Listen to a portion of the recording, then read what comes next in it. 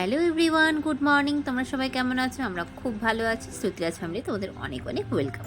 তো গুয়াহাটি থেকে কিন্তু আমরা জলপাইগুড়ি এসে পড়েছি। আর তোমাদের সাথে আসার ব্লগটি শেয়ার করতে পারিনি, কারণ আমি আর শ্রুতিরাজ দুজনেই ট্রেনে অসুস্থ হয়ে গেছিলাম, এত গরম ছিল।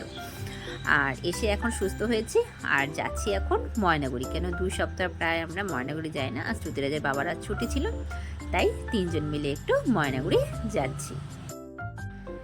অনেক দিন পরে বাবাকে নিয়ে মামা বাড়ি যাচ্ছে, তাই খুব এক্সাইটেড। কেন বাবার সাথে তো বেশি যেতে পারে না, সবসময় তো আমার সাথেই যায়। তো ময়নাগুড়ি আমরা স্কুটিতেই যাচ্ছি। তারপরে ময়নাগুড়িতে এসে একটু মিষ্টির দোকানে মিষ্টি কিনলাম। আর শ্রুতিরাজ আমাকে দেখাচ্ছিল যে দিদিনের জন্য কোন মিষ্টিটা নিতে হবে। তারপরে পাশে কি দোকান থেকে না একটি হেলমেট খুব পছন্দ হলো শ্রুতিরাজের জন্য। কেমন লাগছে বলো তো? ওর জন্য এই হেলমেটটা আমরা কিনে নিলাম। কেন অনেক দিন ধরেই ভাবছিলাম যে এদিক ওদিক যেতে হয়, তো ওর জন্য একটা হেলমেট কিনবো। কেন আমাদের সবারই হেলমেট আছে, আমারও আছে। আমি যদিও পরি না, পরতে ভালো লাগে না, আমার চুল নষ্ট হয়ে যায় বলে একদমই ইউজ করি না। তো শ্রুতিরাজের জন্য এটা কিনে নিলাম। খুব কিউট লাগছিল, কালারটাও খুব সুন্দর ছিল। তো শ্রুতিরাজকে কেমন লাগছে কমেন্ট করে কিন্তু অবশ্যই জানাবে তোমরা। তারপরে এসেই মা ওয়াটারমেলন কাটছিল, তো সবাই মিলে ওয়াটারমেলন খেয়ে নিলাম।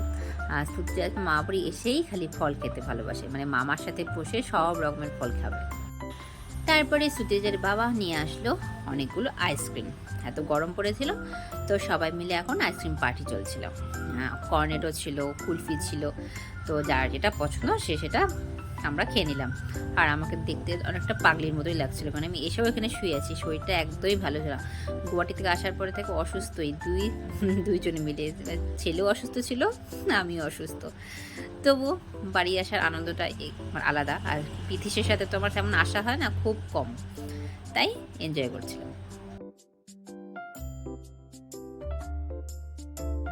তারপরে বিকেলবেলা ঘুমটুম থেকে উঠে শ্রুতিরাজকে নিয়ে এখন আমাদের বাড়ি ফেরার পালা। তো আমরা এখন বাড়ির উদ্দেশ্যে রওনা দেব। বাড়িতে এসে এটুকু জার্নি করে এসে আবার আমরা শুয়ে পড়লাম, কেন শরীরই দিচ্ছিল না আমাদের। দুজন মিলে একটু রেস্ট করে নিচ্ছিলাম। তারপরে প্রতিদিনের নিয়ম মতো আজও ও গান শুরু করে দিয়েছে। আমাদের বাড়িতে প্রতিদিনই সন্ধ্যাবেলা করে ওর বাবা যখন ফেরে অফিস থেকে, তো আমাদের সাউন্ড সিস্টেমে গান ছাড়তে হবে, আর শ্রুতিরাজ ওর মাউথ পিস নিয়ে গান করবে। এটা মানে রেগুলার হতেই হবে, মানে এত গান ভালোবাসে।